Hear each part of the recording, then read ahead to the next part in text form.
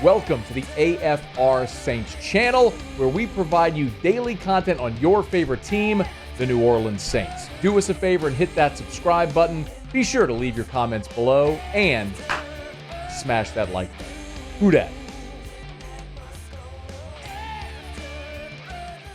ESPN, they ran their FPI, which I'm sure you know is their football power index. And it's a simulation where they plug all the numbers into their algorithm, and they run simulation. So it's for season results or game results. And in this instance, they did it for NFL Draft Order, right? Based on what your final record would be and your order of finish. And they ran the simulation for the 2024 Draft Order predictions. The Bears, number one, and that's the Bears via Carolina. Remember, so Carolina traded with the Bears last year to go to number one overall to take Bryce Young. I won't spoil the lead or bury the lead here. They have the Saints picking 19th. And if you're looking for a reason for optimism around the New Orleans Saints, this is it. You might say to yourself, Matt, what does that matter for anything? Well, of course, the order of finish maps to what they're projecting for the division. I just told you they've got Carolina with the worst record in the league picking first overall, but obviously that pick goes to Chicago. They got the Atlanta Falcons picking 16th, and the Tampa Bay Buccaneers one spot behind the Falcons at 17th. And I mentioned they got the Saints at 19.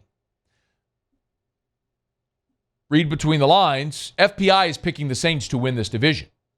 I just checked DraftKings, and DraftKings has the Saints still as the odds-on favorite to win the NFC South. Now, it's all very close, and as you could tell based on these projections, FPI is picking the Falcons, their average draft position at 15.9, so right about 16.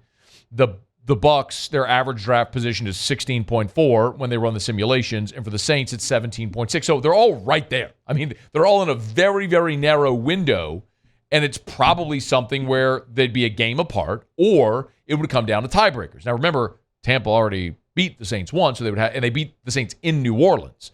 We'll see if how healthy Baker Mayfield is, what that may mean moving forward, whatever. But the point being, when Scott Shanley was with us last hour, one of the things that he said was for any NFL organization, their job is to give their franchise and their fan base hope.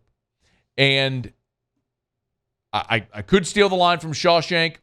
Hope is a dangerous thing. Hope will drive a man crazy.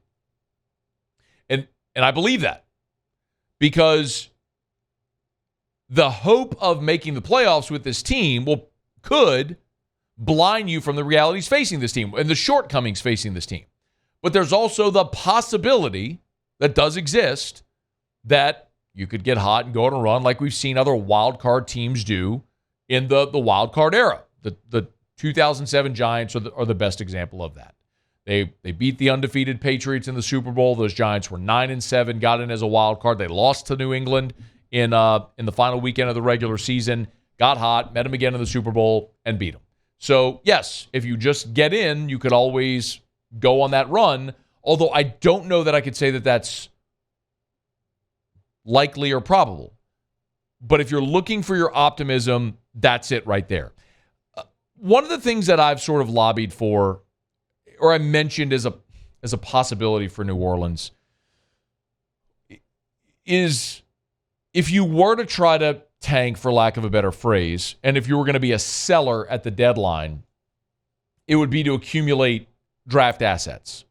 Now, the problem with that for the Saints right now is they don't have tradable contracts. That we went through it yesterday if you weren't here. Basically, any player that you would be thinking in your head, hey, that's someone we could trade for, to get draft assets, they have a contract that's not tradable.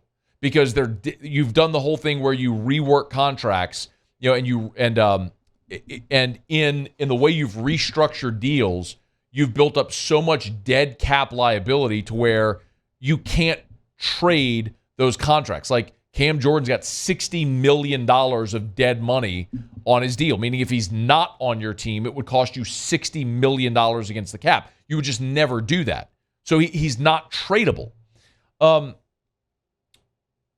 one of the reasons that could play into the Saints' favor is, remember, you do have the Denver Broncos second-round pick via the Sean Payton deal. And FPI projects the Denver Broncos to pick third overall. And so if Denver finishes there and picks third in round 1, that means they would also have the 35th pick of the draft, the third pick of round 2.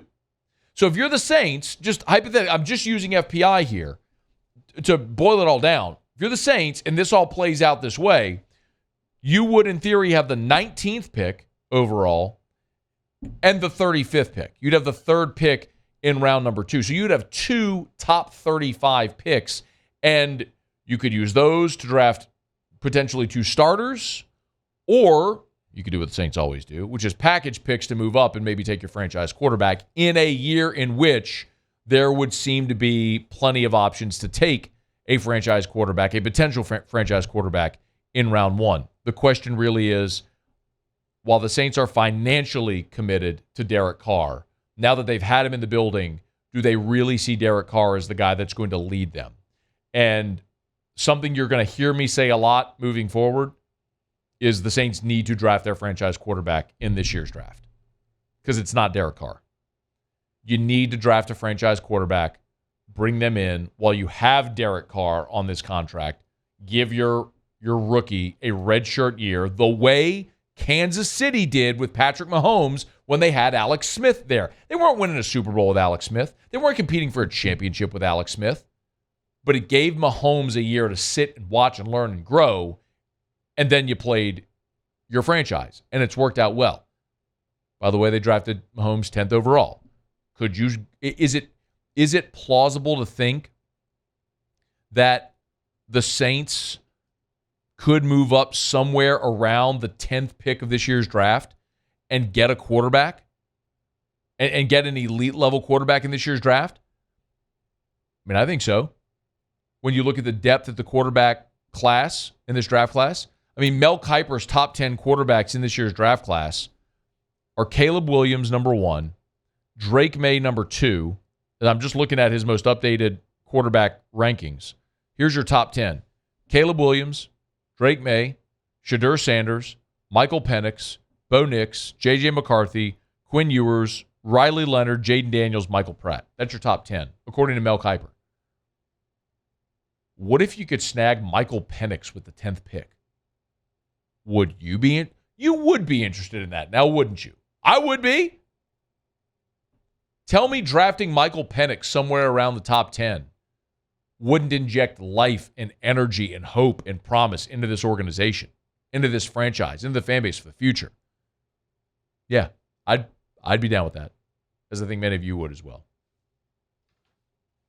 We know what the Saints are. I mean, they're a team that's going to trade up. That's what they do. And I hate that we're sitting here in week 7, and I'm already looking ahead to the draft. It just so happens that today the FPI put out their projected draft order, which got me thinking about it. But if this Saints team goes on a run, wins the division, gets in the playoffs, great. It's way more fun to be playing meaningful games in January than not playing meaningful games in January. But regardless of whether this team is playing meaningful games in January or not, I think the realization most are coming to is, as you are assembled with Derek Carr as your quarterback and Dennis Allen as your coach, you're not winning a championship. So you've got to address that and address it sooner than later. Hey, thanks so much for watching. Please leave your comments. I love to interact, and be sure to hit the red subscribe button below.